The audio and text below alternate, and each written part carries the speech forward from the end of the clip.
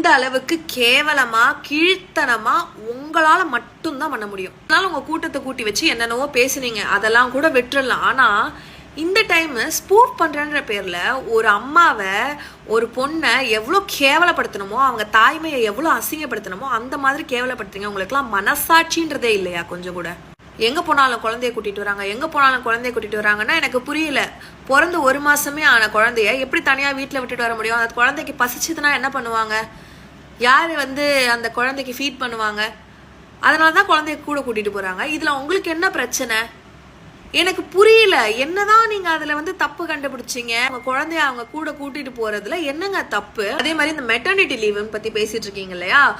ஒரு எம்எல்ஏக்கு maternity leave இருக்கா இல்லையா அப்படின்னு சொல்லிட்டு கூகுள்ல போட்டு பாருங்க. there is no maternity leave for an MLA.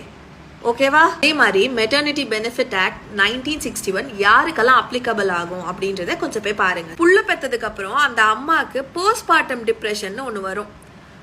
அது எப்படி இருக்கும் தெரியுமா? இல்ல நீங்க யாராச்சும் அதை உணர்ந்து இருக்கீங்களா? நீங்களும் ஒரு தாயா இருந்தீங்கன்னா அந்த வலியும் வேதனையும் உங்களுக்கு தெரியும்.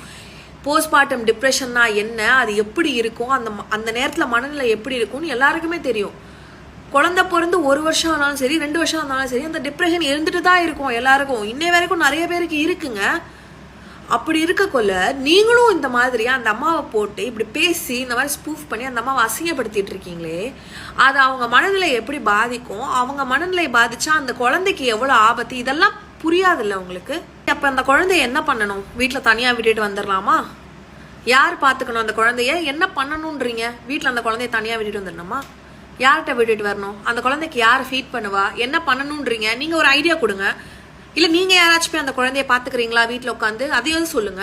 இந்த மாதிரி நீங்க பேசுறதுக்கு முன்னாடி உங்களை பெத்த தாய் இருப்பாங்கல்ல, அவங்க கிட்ட போயிட்டு இதெல்லாம் சொல்லுங்க. நான் இப்படி ஒருத்தவங்க பெத்த குழந்தைய தூக்கிட்டு வந்தாங்க, அவங்கள நான் இந்த மாதிரி எல்லாம் பேசினேன், இது சரியா, அவங்கள பேசலாமா அப்படின்னு சொல்லி கேளுங்க.